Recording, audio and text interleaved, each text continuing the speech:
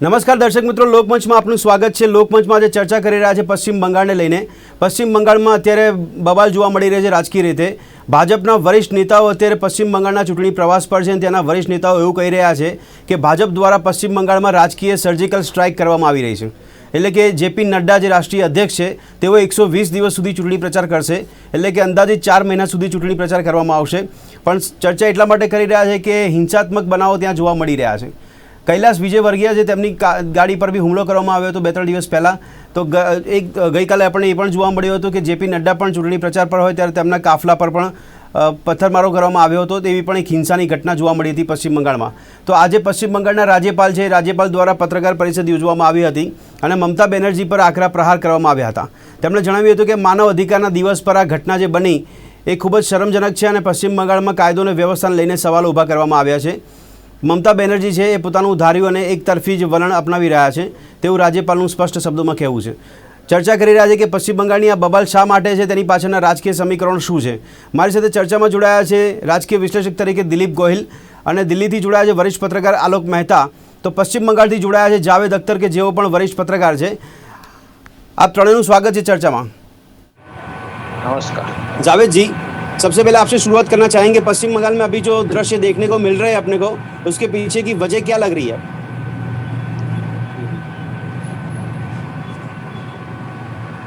देखिए, शुरुआत तो हम इसकी ऐसे कर सकते हैं जी। कि थोड़ा सा हम अगर एक हिस्टोरिकल बैकग्राउंड चेक करें बंगाल का, तो हमें ये पता चलता है जी जी कि वायलेंस जो है, स्पेशली द पॉलिटिकल वायलेंस, ये बिल्कुल। एक मतलब बहुत कॉमन रहा है, चाहे वो सीपीएम की गवर्नमेंट रही हो हाँ सही या है। फिर उसके बाद से टीएमसी की गवर्नमेंट रही अभी है, बिल्कुल। ठीक है। तो पहले ये था कि सीपीएम के कैडर्स और फिर बाद में टीएमसी के कैडर्स और फिर दोनों जी। के बीच में हुए, किलिंग्स भी हुई।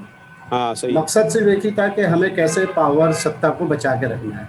बराबर। और दूसरा एक पॉइंट ऐड करने में ये चाहूँगा कि एक कम्युनल वायलेंस जो है, स्पेशली जब सीपीएम आती है बंगाल में, तो कम्युनल वायलेंस का एक रास्ता वहाँ कभी भी रहा नहीं। बराबर। ये पूरी तरह से वहाँ ख़त्म हो गया, जी सही बात। जो कि हाल के दिनों में देखने को हमें मिला है।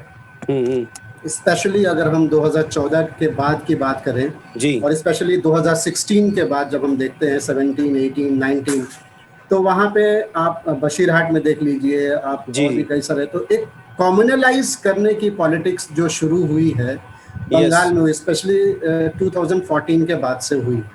बिल्कुल। लेकिन जो वायलेंस है, जो जी। एक पॉलिटिकल वायलेंस है, ये शुरू से रहा है, ये कोई नई हाँ, बात सही है। नहीं है वहाँ पे। जी जी जी। तो उसी का एक हिस्सा ये कह लीजिए कि चूंकि बीजेपी बड़े पैमाने पे वहाँ एक पैर जमाने की कोशिश कर रही है। सही बात है। और इसका सबूत हमें लोकसभा, जो लास्ट लोकसभा इलेक्शन है, तभी मिला उसमें था। देखने को मिला है।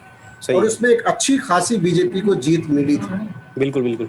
लेकिन जब आप लास्ट असेंबली इलेक्शन की बात करें, तो उसमें टीएमसी एक बहुत स्ट्रांग होल्ड और उसने एक मेजॉरिटी के साथ वहाँ पे गवर्नमेंट बनाई थी। जी जी जी। ठीक है।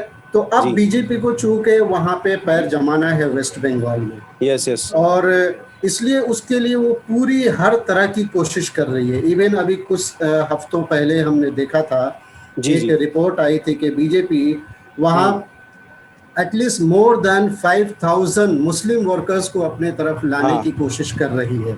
बिल्कुल सही। तो ये एक कहा जाए कि बीजेपी पूरी एड़ी चोटी का जोर लगा रही है कि कैसे टीएमसी को वहाँ पे मात दे और कैसे एक अच्छी वहाँ पे एक पकड़ बना सके उसकी सियासत। तो दरअसल जी जी जी। अगर हम ये कहें कि बीजेपी को काउंटर करने के लिए हाँ यस। अगर कहा जाए, तो उसकी भी कोशिश टीएमसी पूरी कर रही है। जी, लेकिन जी। हाल में जो अभी रिसेंटली 1-2 रोज पहले जो नड्डा जी के जो व्हीकल हाँ, पे जो यस। अटैक हुआ है, बिल्कुल। ये बिल्कुल कंडेम, हर कोई इसको कर रहा है। हाँ यस। लेकिन ऑन द कॉन्ट्रेरी टीएमसी इस पे इल्जाम ये लगा रही है जी। कि ये एक नौटंकी है, ममता ओके। बनर्जी का ये कहना है। हाँ, तो यस। एक्चुअल में हम इसे क्या कहें, बीजेपी का पूरा इल्जाम है कि टीएमसी के तरफ से ये अटैक किया गया, करवाया था। सही वही बात। टीएमसी कह रही है कि ये बीजेपी नौटंकी कर रही है। तो बिल्कुल, बेसिकली ये कहा जाए कि वायलेंस के थ्रू एक जी। पॉलिटिकल एम्बिशंस को पाने की कोशिश कर रही है वहां पे, और दोनों ही इसमें ओके। माने एक दूसरे के लिए बिल्कुल मजबूती के साथ खड़े हैं। लेकिन जावेद जी, आज जैसे राज्यपाल ने जब पत्रकार परिषद करी थी सुबह में, तो आप उनसे कितना सहमत करते हो कि उन्होंने ये बोला था कि ममता बनर्जी की जो सरकार है यहाँ पे जो लॉ एंड ऑर्डर है वो भी बिगड़े हुए हैं, इससे आप सहमत हो क्या? एक्चुअल में देखिए, लॉ एंड ऑर्डर जो है ये बहुत ज़्यादा, मैंने आपको एक चीज़ बताया ना कि हाँ। पॉलिटिकल वायलेंस बंगाल की हिस्ट्री रही है। जी जी जी। इसको किसी ने भी इसको कम करने की कोशिश नहीं, चाहे वो जी सीपीएम बिल्कुल। रही हो, चाहे वो उसके या बाद अभी टीएमसी। टीएमसी है। जी। तो पॉलिटिकल वायलेंस वहां पे शुरू से होता रहा है, ठीक है। तो हाँ। Law yes. एंड ऑर्डर का मसला अभी उठाना ये कोई जी। बहुत लॉजिकल बात नहीं है। और ओके। वहाँ लॉ एंड ऑर्डर हम उसको कहते हैं जब हमारा एक आम जनता, आम नागरिक जो है हाँ उसको बिल्कुल बिल्कुल। परेशानी का सामना है, तो लॉ एंड ऑर्डर का ऑर्डर प्रॉब्लम बिगड़ा उस हुआ है। वक्त सही बात। कह सकते हैं कि लॉ एंड ऑर्डर प्रॉब्लम है। लेकिन ये लॉ एंड ऑर्डर से हम्म। थोड़ा सा अगर हम अलग हट के बात करें, तो हम्म। ये एक्चुअल में पॉलिटिकल वायलेंस है जिसको जी जी हमें जी। रोकने की हर मुमकिन कोशिश करनी चाहिए। और यहाँ पे एक हद तक मानना पड़ेगा कि इसमें जी। आपकी जो स्टेट है वो हाँ। Fail yes. कहीं ना कहीं रही है। ओके। लेकिन फिर वही बात होती है कि एक्चुअल में लॉ एंड ऑर्डर जो है क्या सिर्फ जी उसको पॉलिटिसाइज किया जा सकता है, एक स्पेसिफिक मामले में लॉ एंड ऑर्डर की बात की जा सकती है। जी जी जी। उस तरह से लॉ एंड ऑर्डर जो है बिगड़ा हाँ। हुआ नहीं है जिस तरह से इसको प्रेजेंट करने की कोशिश की जा रही है। हाँ, पॉलिटिकल वायलेंस जरूर है जिसको रोकने की कोशिश की जानी चाहिए। अच्छा जावेद जी, बीजेपी के लिए आपने बोला कि बीजेपी अभी पॉलिटिकल जमीन ढूंढने की कोशिश कर रहा है, बीजेपी वहां पे पश्चिम बंगाल में, लेकिन कौन सी ऐसी वोट बैंक है जिसको ज्यादा प्रभावित करने की कोशिश बीजेपी की ओर से हो रही है? देखिए, ये तो बिल्कुल एकदम बहुत आम है। जो विश्लेषक हैं, जो हमारे सीनियर हैं, उनको पता है। जो और भी जो पॉलिटिकल एनालिस्ट हैं वो इस बात को कहते आ रहे हैं, जर्नलिस्ट भी कहते आ रहे हैं कि हाँ बिल्कुल। बीजेपी की जो ज्यादा पॉलिटिक्स है वो कॉम्युनल पॉलिटिक्स है कम्युनल, हाँ ज्यादातर। यस बिल्कुल। तो जी जी। वो पोलराइज करके वोट को इकट्ठा करने हाँ की, कंसोलिडेट करने की कोशिश करते हैं। कोशिश कर रही है, सही बात है। तो इसमें जाहिर सी बात है कि बंगाल में जो एक यूं कहा जाए कि जो नॉन मुस्लिम पॉपुलेशन है जी जी जी। बंगाल में, हाँ और बिल्कुल। उसको खासकर एक बड़ी आबादी जो कि माइग्रेट करके यूपी और बिहार से हाँ। गई है, जो कि नॉन बंगाली स्पीकिंग जो लोग हैं, ओके। उनको भी अपने तरफ अट्रैक्ट करने की पूरी कोशिश कर रही है। 24 परगना का जो इलाका है, स्पेशली हाँ साउथ यस 24 बिल्कुल, परगना, सही बात है। तो यहाँ पे कंसोलिडेशन जो है बीजेपी पूरी ताकत के साथ वहां पे हाँ। आ रही है। और मेन टारगेट जो है बीजेपी का वो जी। ये है कि कैसे हम सिचुएशन को इस तरह से, क्योंकि अभी टीएमसी के लोगों ने भी, लीडर ने उनका इल्जाम लगाया कि जो है वहां पे इंसाइट करने की कोशिश की जा रही हाँ है। यस। और कहा गया कि जो जेपी नड्डा जी जो जा रहे थे, तो उनके जी। साथ कन्विक्टेड जो क्रिमिनल्स हैं वो ओके। उनके साथ जा रहे थे, और यस वो यस। हथियारों के साथ थे, और वो उनकी तादाद बहुत ज्यादा थी, और वो साथ में वहां पे जा रहे थे। तो बिल्कुल ये सही। टीएमसी का इल्जाम है कि इसको जो है वायलेंस एक वहां पे उसको अकर करने की कोशिश की जा रही है, ये जी जी टीएमसी जी। का इल्जाम है। ઓકે જાવેદજી, દિલીપ ગોયલ બી तो અમારી સાથે बहरहाल જોડાયા। जो है દિલીપભાઈ આપની પ્રતિક્રિયા શું છે અત્યારે? ત્યાંનું રાજકીય સમીકરણ આપને શું લાગે? બીજેપી નો ભૂમિકા અત્યારે શું જોવા મળી રહી છે પશ્ચિમ બંગાળમાં, દિલીપભાઈ? અને ટીએમસી પણ સામે જવાબી કાર્યવાહી કરી રહી છે એવું લાગે છે રાજકીય રીતે આપણે? હવે 5 જ મહિના બાકી રહ્યા છે, હા એટલે યસ। હવે બંગાળમાં આ સતત ચાલશે. અને જે રીતે જાવેદે કહ્યું એ પ્રમાણે જી। બંગાળમાં આ લાંબો ઇતિહાસ છે રાજકીય હિંસાનો, અને આ એક વક્રતા છે. આપણે હા ભદ્રલોક શબ્દ બંગાળીઓ માટે વાપરીએ છીએ, હા બરાબર? બિલકુલ સૌમ્ય બિલકુલ। સૌમ્ય શિક્ષિત,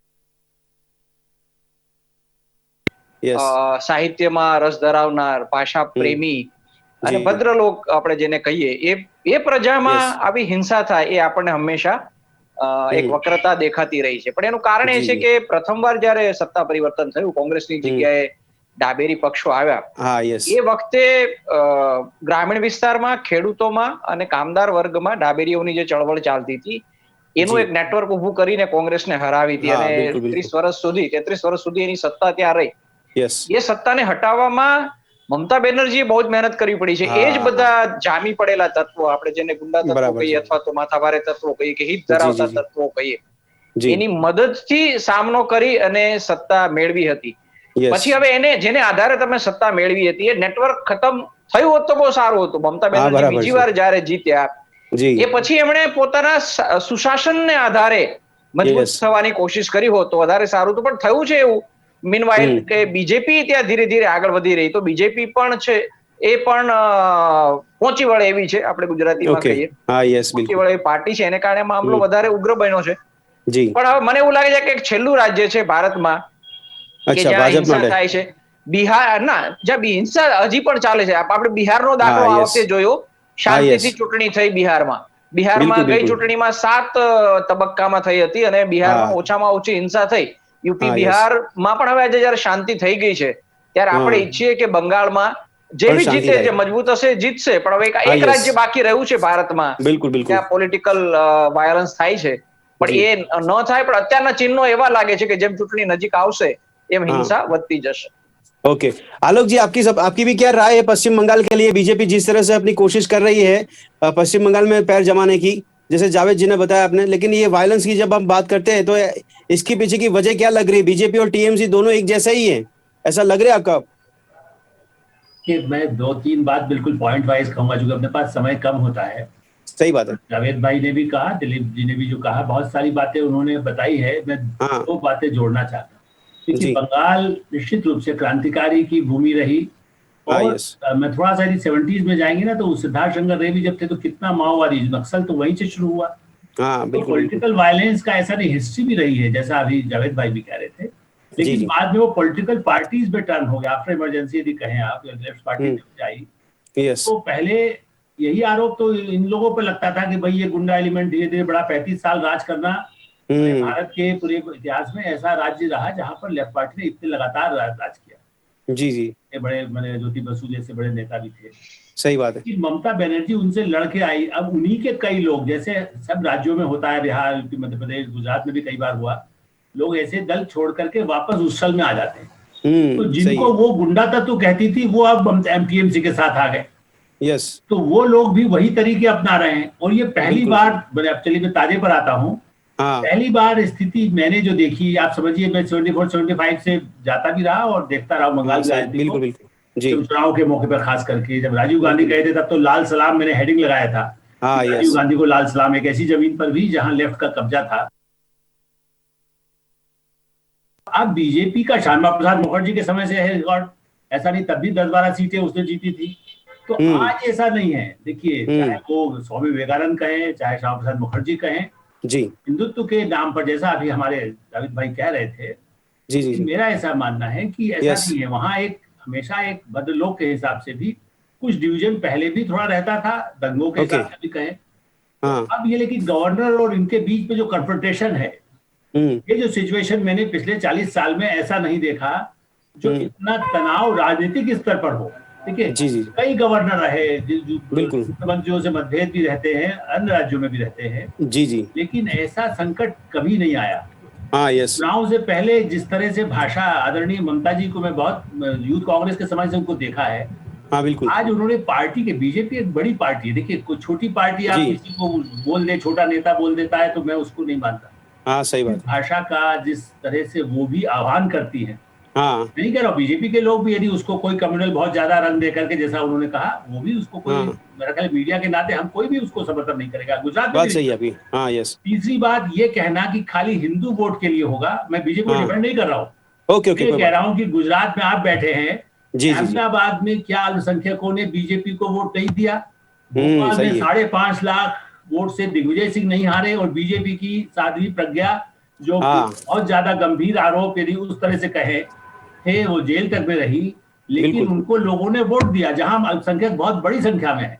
जी तो पार्टी अपने बल पर वो कोशिश कर, जैसा अभी जावेद भाई खुद ने भी कहा, हाँ यस देखिए वहां पर उनको भी पटाने की कोशिश कर रहे हैं। जी जी जी डेमोक्रेसी में यही होना चाहिए, कम्युनल सही ना बात बने, है हाँ बिल्कुल पॉलिटिकल विचारों पर लड़ाई हो, लेकिन जी जी सड़क पर तलवार और बंदूक से लड़ाई, जो कल हमले किए गए कैलाश विवर्गीय, ओके गाड़ी पर कुछ भी हो सकता था। हम्म ये गंभीर स्थिति है और केंद्र ने धैर्य रखा हुआ है जी कि पार्टी को जो सत्ता में है, 4 महीने बाद चुनाव है, ओके आलोक जी। चुनाव हो जाए या राष्ट्रपति शासन में होने से बेहतर है कि हाँ, बस उससे जुड़ा मेरा एक सवाल था। जावेद जी, आपको क्या लग रहा है, बीजेपी जिस तरह की कोशिश कर रही है, तो सीधा सवाल ये बनता है कि बीजेपी ये चाहती है वहां पे कि राष्ट्रपति शासन लागू किया जाए? जावेद जी। देखिए, कोशिश तो पूरी होगी, लेकिन जो है असल हाँ ये है हाँ। कि एक्चुअल में मसला कहाँ खड़ा होता है। जी जी। बंगाल एक ऐसी ज़मीन है, बिल्कुल। मुझे पता है कि हम लोग जब छोटे थे वहाँ पे, हम लोग जब वहाँ दुर्गा पूजा का जब सीज़न आता है और हम लोग हाँ, भी सही जाते है। हैं, पंडालों पे घूमते हैं और जी। पूरी की पूरी लोग वहाँ एंजॉय करते हैं। मतलब आप जो लेवल ऑफ एंजॉयमेंट देखेंगे वहाँ के, और irrespective of caste and religion, हाँ बिल्कुल। हर कोई जो है उसको एंजॉय करता है। जी लेकिन हाल के दिनों में जो चीज़ें बंगाल में देखने को मिली हैं वो बहुत ही ज़्यादा जी। अफसोसनाक है और बहुत हाँ। डिस्टर्बिंग है। यस। हाँ, एक चीज़ यह है कि जो वायलेंस किसी भी लीडर के खिलाफ हो रहा है, that cannot be justified anyway, ये तो बिल्कुल बिल्कुल बिल्कुल। तय बात है। जी। और इसको बल्कि हम लोग पहले से ये कहते आ रहे हैं कि जो भी जिस तरह की भी वायलेंस है वो नहीं होनी चाहिए। हाँ। लेकिन अब यस। देखिए वही दूसरी कल जो एक रिपोर्ट आई जो है दिल्ली में, मनीष सिसोदिया जो डिप्टी सीएम है उनके हाँ, घर पे उनके जो घर है पे। हाँ जरिए बीजेपी गूंस के जरिए हाँ। हमला, बिल्कुल। एलिजिडली वहाँ जी। हमला किया गया। मनीष सिसोदिया ने ये हाँ। बात यस। बताई। तो अब जी जो है, तो क्या इस तरह के हम बैलेंस को किसी भी तरह जस्टिफाई कर सकते हैं? नहीं कर सकते हम। तो हम ये कहना चाह रहे हैं कि हर आदमी अपने नैतिक बल को इतना मजबूत किया जाए, जी आप बिल्कुल। पब्लिक इश्यूज पे इतना बात करें, हाँ। आप जो है डेवलपमेंट की बात करें, आप यस। रियासत में जाएं तो लोगों से मिले, आप ग्राउंड लेवल की पॉलिटिक्स करें, उनकी ज़रूरतों को देखें। जी जी। ये सब चीज़ें जो हैं जब आप करेंगे तो यस। आपको लगेगा कि आप एक अच्छे पॉलिटिक्स और एक डेवलपमेंट पॉलिटिक्स की तरफ आप जा रहे हैं। ओके जावेद जी, लेकिन आपके मसला मुताबिक, कहाँ खड़ा होता है, जावेद जी प्रॉब्लम आपके यही होता मुताबिक है वहां पे कि पॉलिटिकल इश्यू जी कौन सा रहेगा इस इलेक्शन में, इस बार के इलेक्शन में?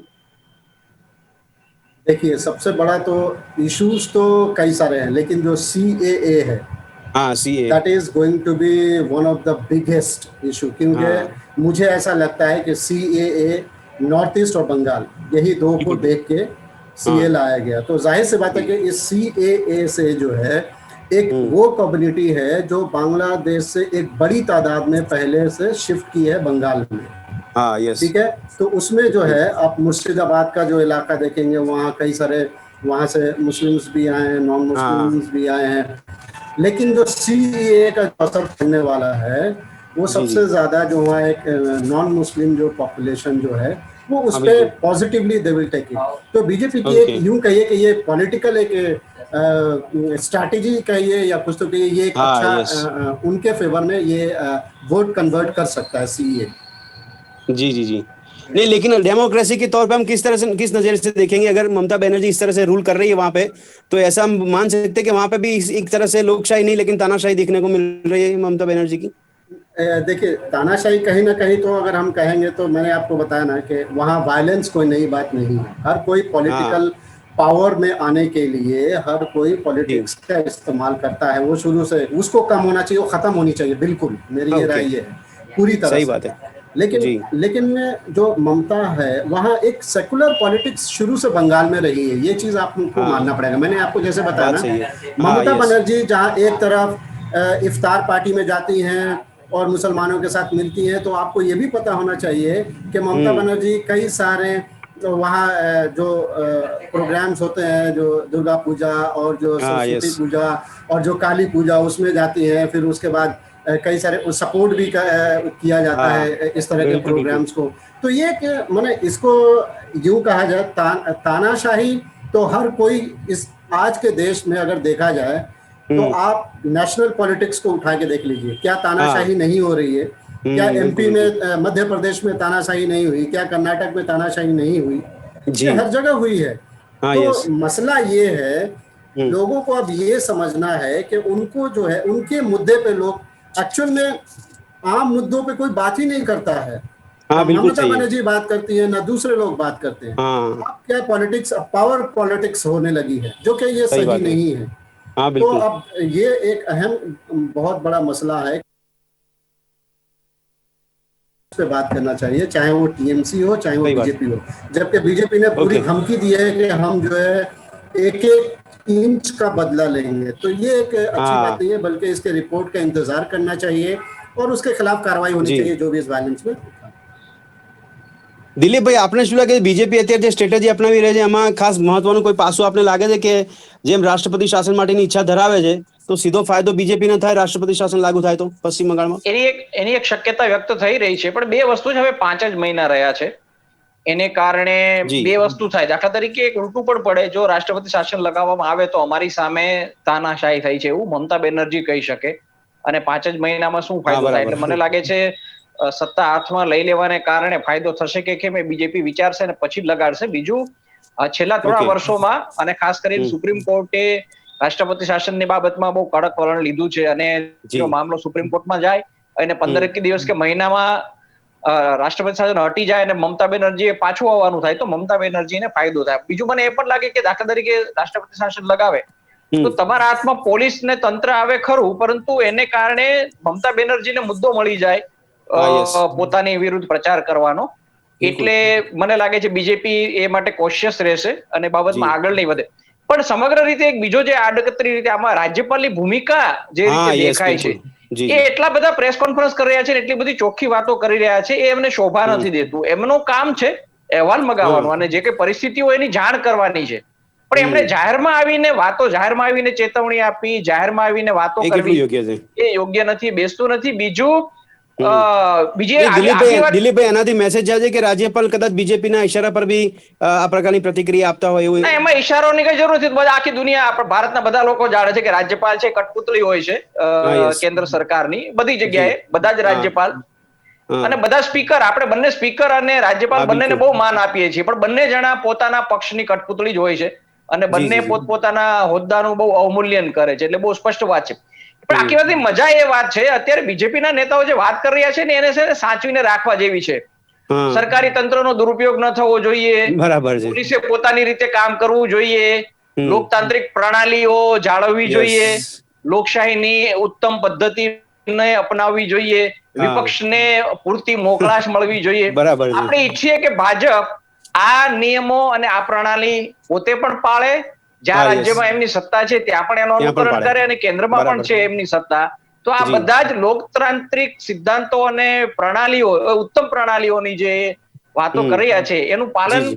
પોતે પણ કરે, શબ્દોમાં કહે છે વર્તન, એવી આપણે આશા રાખીએ। हाँ, बिल्कुल बिल्कुल। अच्छा आलोक जी, बीजेपी अगर अपना पैर जमाने की कोशिश कर रहा है लेकिन बीजेपी के लिए कितना कितना बड़ा चैलेंज रहेगा ये पश्चिम बंगाल में एंट्री लेने के लिए?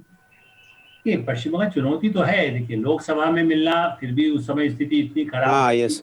विधानसभा में देखिए हर जगह ऐसा होता है, चाहे बिहार जी। हुआ हो, कठिनाई से जीत होती है। जी। लेकिन एक बात सही है कि वो अपनी ताकत पहले से यदि बढ़ाती है, ओके। लगातार जिस तरह से उसने कांग्रेस का विकल्प, देखिए इसलिए मैं दूसरा एक पॉइंट आप ध्यान दीजिएगा, हाँ, यस, कांग्रेस का विकल्प। कांग्रेस तो खत्म हो गई ना वहां। हाँ, जैसा मैंने बिल्कुल। कहा जी, जी। प्रधानमंत्री राजीव गांधी को, यस। समय में इंदिरा गांधी का था, सिद्धार्थ शंकर रे हाँ। का था, प्रणब मुखर्जी हाँ, का था। बिल्कुल इसलिए सही। राज्य में कांग्रेस अब शून्य हो गई।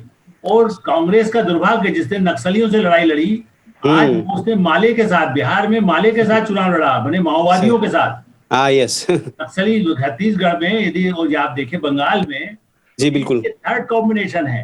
जी। कांग्रेस लेफ्ट पार्टी के साथ है, कम्युनिस्टों के साथ है, जो हम्म। एक दूसरे के दुश्मन रहे, जी। और वो ममता से लड़ना चाहते हैं और बीजेपी से भी लड़ना चाहते हैं। हाँ, बिल्कुल सही है। अप्रत्यक्ष रूप से वो ममता और कांग्रेस और लेफ्ट एक साथ हो रहे हैं, मैंने वोट के हाँ, यस। ध्रुवीकरण में।